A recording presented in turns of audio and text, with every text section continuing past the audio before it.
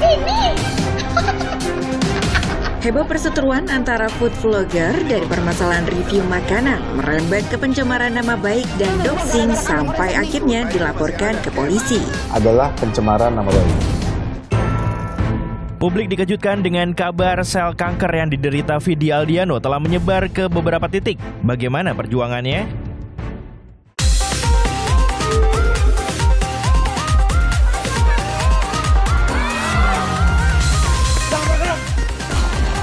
Mohon maaf sebesar-besarnya kepada istri saya.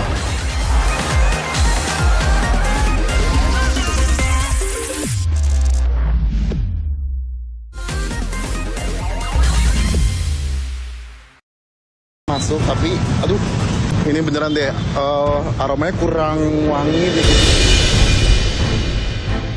Makanya gue bilang vlogger-vlogger yang ke warung gua lu review jujur boleh.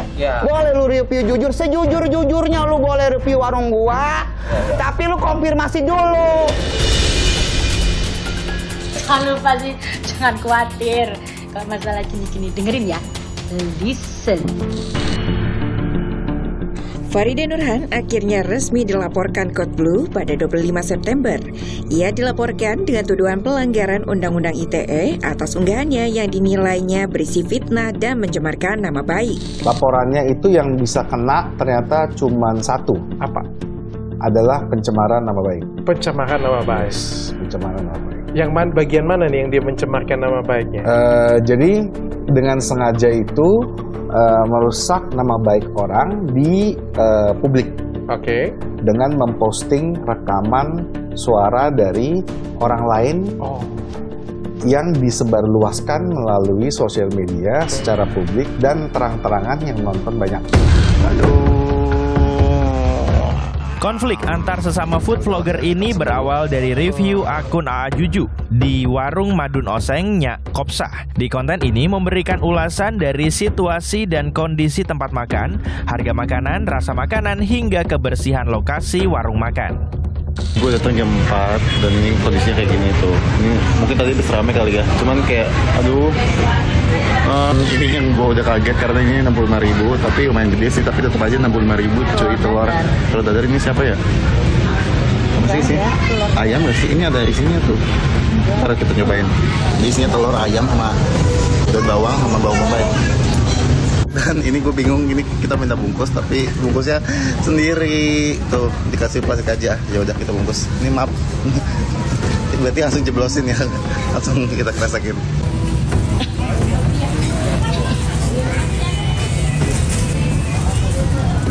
Mandiri banget.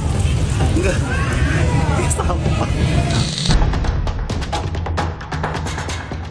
Mendapat review dari food vlogger terkait kantong plastik, Bang Madun berdalih ada kesalahpahaman antara permintaan konsumen dengan karyawannya. Ini plastik banyak bang. Dari kemarin ngomongin plastik mulu nih.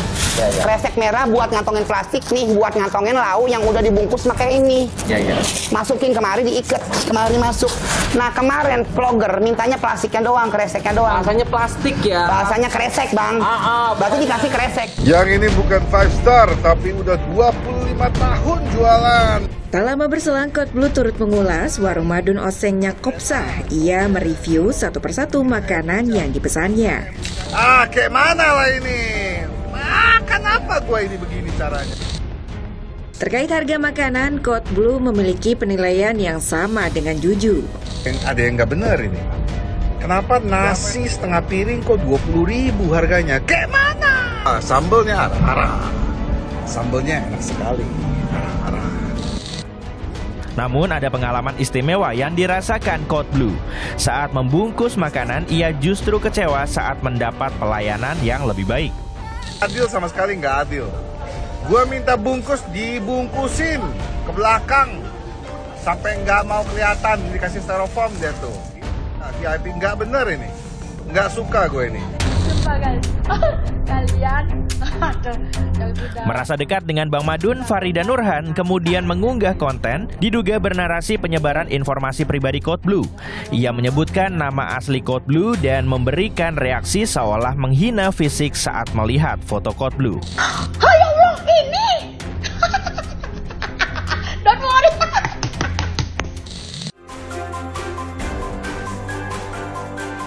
Code Blue sempat mengirim pesan agar Farida Nurhan meminta maaf, namun Farida Nurhan malah menantangnya dan konflik pun semakin memanas.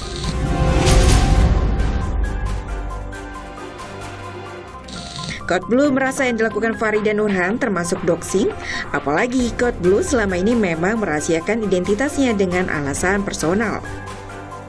Gue tidak mau orang tahu tentang gue tidak mau terkenal, gue tidak perlu terkenal, dan gue takut terkenal. Jadi ini banyak hal yang membuat gue tuh berpikir tadi sebenarnya. Waktu gue laporin pasti akan umum, pasti akan jadi publik, gitu. Ya udah nggak apa-apa. Doxing berasal dari kata dox, singkatan dari dokumen. Secara definisi, doxing adalah menyebarluaskan informasi pribadi secara publik terhadap seseorang atau organisasi melalui internet. Doxing dipakai untuk mendapat informasi dari internet. Tindakan ini erat kaitannya dengan vigilantisme internet atau hacktivisme. Secara umum ada 3 jenis doxing, yakni deanonimisasi, penargetan, dan delegitimasi. Namun setelah mendalami seluruh berkas, Code Blue kurang barang bukti untuk melaporkan Farida Nurhan atas dugaan doxing. Yang lainnya nggak kena. Yang lainnya itu apa? Ngebuka data? Iya, doxing itu nggak kena. Doxing? Dia nggak kena. Doxing nggak bisa? Dia pintar. Ya. Karena tidak ada dokumen resmi yang dia sebarluaskan. Tak lama diunggah, Farida Nurhan lalu menghapus video tersebut. Untuk yang postingan pertama, sedikit. Ada perasaan gak enak di hati? Sedikit bersalah. Sedikit bersalah. Dari saya bersalah itu, makanya videonya saya take down. Laporan polisi telah berjalan, Code Blue menyebut akan membuka jalan damai dengan sejumlah persyaratan. Minta maaf harus diterima. Kita sama manusia pasti bisa salah. Tutup tuh TikTok. Tutup tuh Instagram lu 2,4 juta. 2,3 juta follower. Lu tutup, gue tarik. Ada dia kesini. Ya, ungkapin dengan yang baik-baik. Code Blue dan Bang Madun akhirnya bertemu langsung di rumah Denny Sumargo. Mereka sempat berpelukan dan sepakat berdamai tanpa memperpanjang masalah.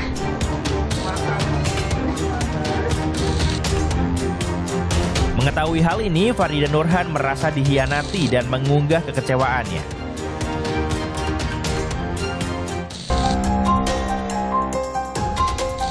Farida dan putrinya bahkan menerima hujatan. Emang tujuan awalnya itu aku kayak kasihan ke Bang Madun. Nggak tahu, aku kasihan aja gitu loh. Kayak kasihan. Tapi aku tahu yang aku lakukan ini, walaupun aku itu sekarang sedang dibully habis-habisan ini ya. Farida Nurhan sendiri sudah 8 tahun membuat konten video kuliner dengan jutaan pengikut di media sosial. Perempuan yang akrab dipanggil Omai ini dikenal dengan jargon awur-awur emplok.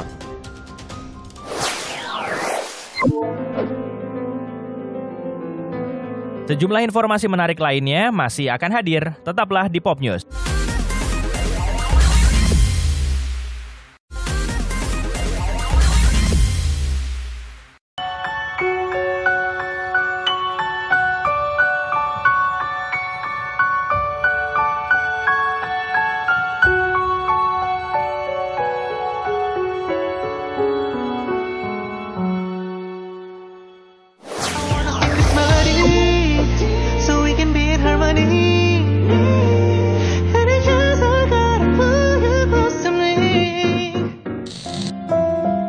Penyanyi Vidi Aldiano tengah berjuang melawan penyakit yang diidapnya.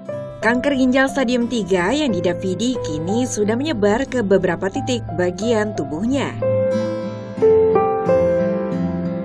Penyanyi bernama asli Osavia Aldiano itu membagikan momen ketika menjalani sesi kemoterapi ditemani sang ibunda.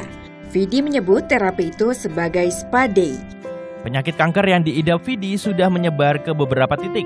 Vidi pun harus mendapat perawatan khusus setiap 3 minggu sekali. Suami dari Sheila Dara Aisyah ini mengaku saat ini sudah berdamai dengan keadaan dan memilih untuk selalu bersyukur atas semua hal pemberian dari Tuhan. Doa dan dukungan juga diberikan dari sahabat dan teman-teman Vidi. Aku berdoa semoga Vidi masih panjang perjalanannya kalau Tuhan berikan, masih banyak karya-karya yang masih bisa dinikmati sama penggemarnya dan masyarakat Indonesia. Pada bulan Desember 2019 lalu, Vidi mengungkap bahwa dirinya sakit kanker ginjal. Ia pertama kali mengetahui sakit itu karena tekanan darahnya selalu tinggi. Means the cancer itu sebenarnya udah mau growing ke veins gue, ke pembuluh darah besar gue, tapi belum sampai, tapi sudah menuju. Tapi dia bilang, I think we need to do a surgery.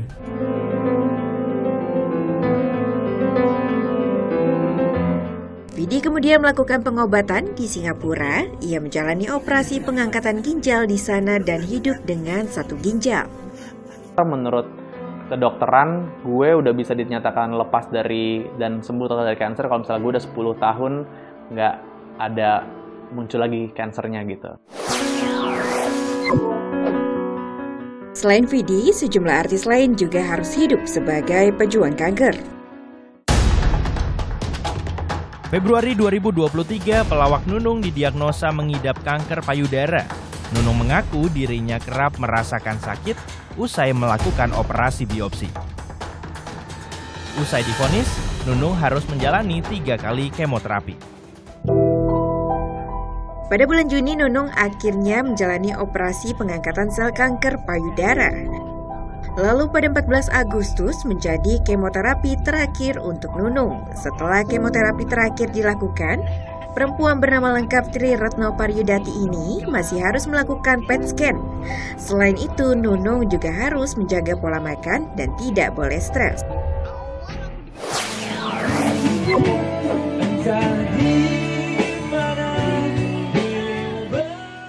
Penyanyi Ari Lasso mengumumkan penyakitnya pada September 2021.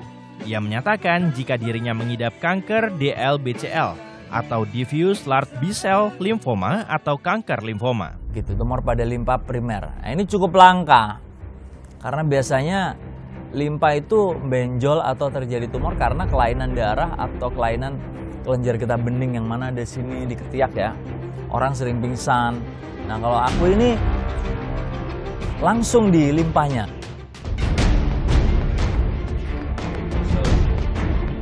Mantan vokalis band Dewa 19 ini akhirnya menjalani operasi besar untuk pengangkatan tumor limpa. Dari operasi itu diketahui bahwa Ari Lasso mengidap kanker limfoma. Setelah operasi, Ari Lasso harus menjalani serangkaian pengobatan seperti PET scan atau tomografi emisi positron scan. Kemoterapi. Penyanyi lagu hampa itu menjalani total 6 kemoterapi. Ari kini telah dinyatakan bersih dari sel kanker. Meski begitu, Ari masih tetap harus menjalani pengobatan tahap pemulihan dan bahkan mengubah gaya hidupnya secara total. Pakai kursi roda ya.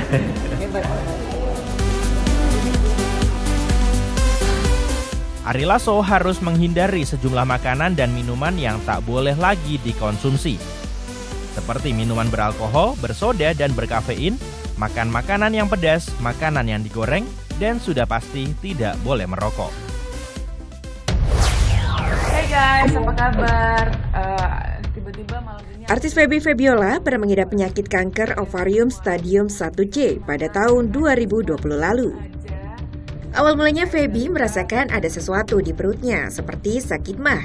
Feby lalu memeriksakan keadaannya, ternyata Feby menderita tumor ganas. Setelah menjalani serangkaian pemeriksaan, istri dari Frankie Sihombing ini akhirnya didiagnosa kanker ovarium. Feby harus menjalani operasi angkat rahim. Jadi karena ovarium letaknya di dalam, jadi mau nggak mau kita dokter bilang harus operasi, kita cek kalau emang itu berbahaya, kita kemo, kita ambil gitu. Nah, jadi setelah diambil di PA, ternyata itu cancer early stage sih.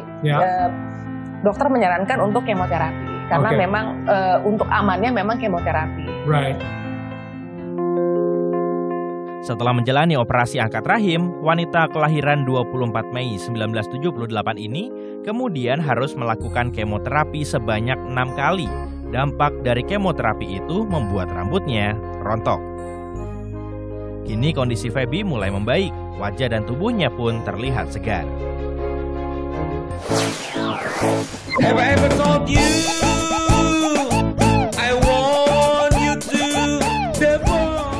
Artis Aldi Taher juga diketahui merupakan penyintas kanker. Mantan suami Dewi Persik ini baru menyadari sakit kanker setelah 2 tahun. Awalnya Aldi Taher hanya merasakan benjolan di bagian leher. Usai diperiksa, benjolan itu ternyata kanker getah bening yang posisinya dekat paru-paru. Gue gak nyangka gue bakal diuji kanker, sakit kanker. Ada benjolan di leher awalnya, terus ternyata pas dicek di dekat paru-paru ada benjolan 9 x 6 cm, sebesar telapak tangan di dekat paru-paru.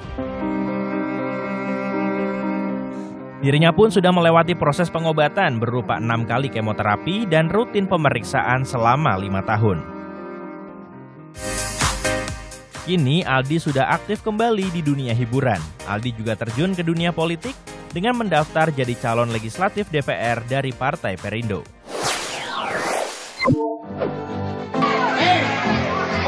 Sejumlah informasi menarik lainnya masih akan hadir. Tetaplah di Pop News.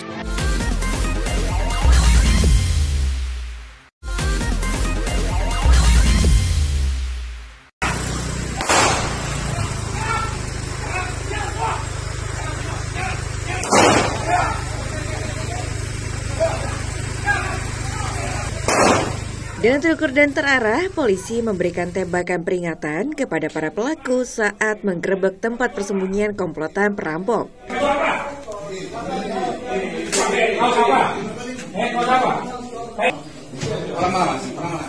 3 dari 4 pelaku ditembak karena berusaha melarikan diri. Sementara 1 pelaku lainnya ditangkap di sebuah mobil di pinggir jalan.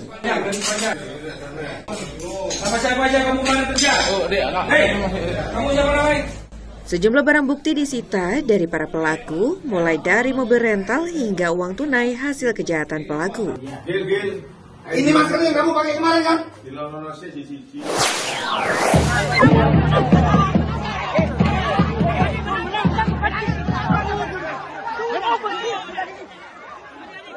Kericuan ini terjadi saat pertandingan antar kelurahan Liga Anak Lorong Soekarno Cup yang digelar Pemkot Makassar.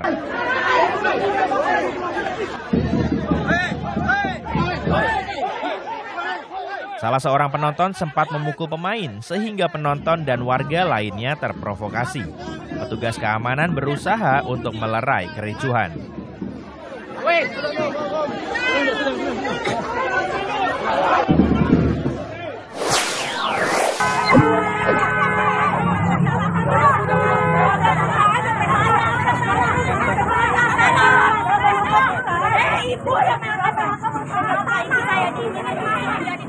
Tidak menemukan titik temu saat bermediasi soal uang pisah PHK, 35 buruh ini menggelar demo di depan pintu masuk pabrik perusahaan.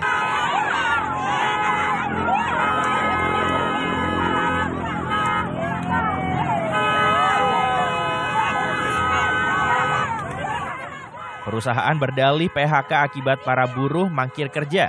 Perusahaan hanya menyanggupi uang pisah sebesar 4 juta rupiah. Perusahaan menyebut uang pisah sudah naik dari yang awalnya hanya 1 juta rupiah.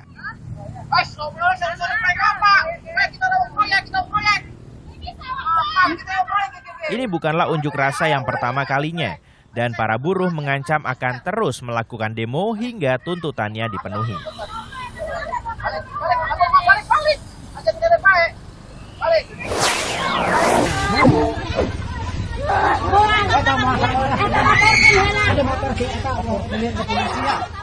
Pelajar SMK Bojong Genteng ini ketakutan histeris usai sepeda motornya dibegal saat berangkat ke sekolah.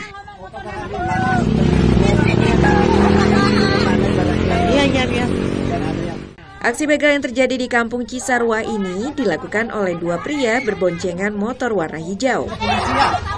Lapor ke polisi, Neng. Karena ketakutan, korban langsung menyerahkan sepeda motornya lalu teriak histeris minta tolong.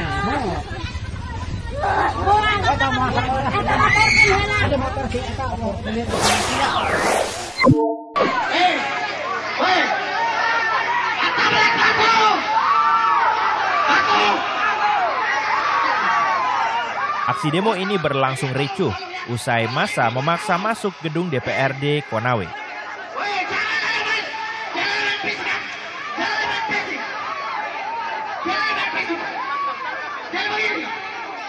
Para pendemo menuntut Ketua DPRD bersama PJ Bupati keluar agar massa dapat menyampaikan aspirasi. Jauh-jauh datang dari Lauta. Lalu kenapa kita disimpan di halaman teman? Dari hak kita berlaku. Tetapi hari ini saya minta kepada seluruh. Unjuk rasa ini dipicu keterlambatan pembayaran ganti rugi lahan perkebunan warga yang akan dipakai pabrik pemurnian nikel.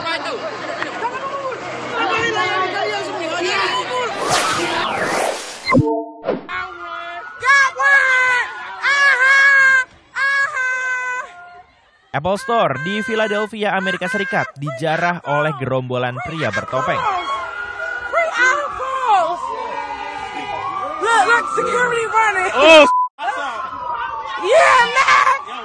Polisi setempat masih memburu para pelaku yang diduga remaja berjumlah 15 hingga 20 orang. Secara membabi buta, para pelaku langsung mengambil barang-barang yang ada di toko.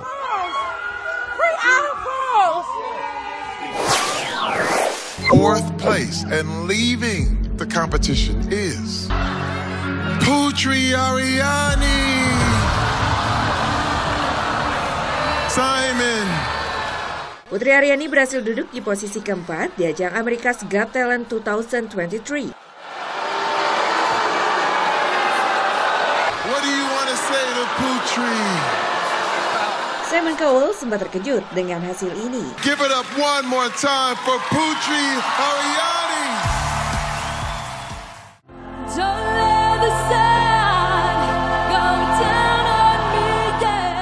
Dalam malam final America's Got Talent, Putri membawakan lagu Don't Let the Sun Go Down on Me yang dipopulerkan Elton John.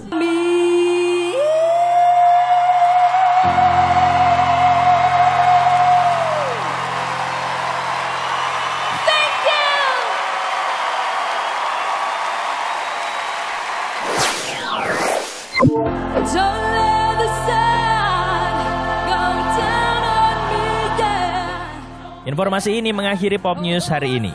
Jangan lupa tetap saksikan Pop News setiap hari Sabtu dan Minggu pukul 9:30 waktu Indonesia Barat. Tentunya hanya di Kompas TV. Terima kasih dan sampai jumpa.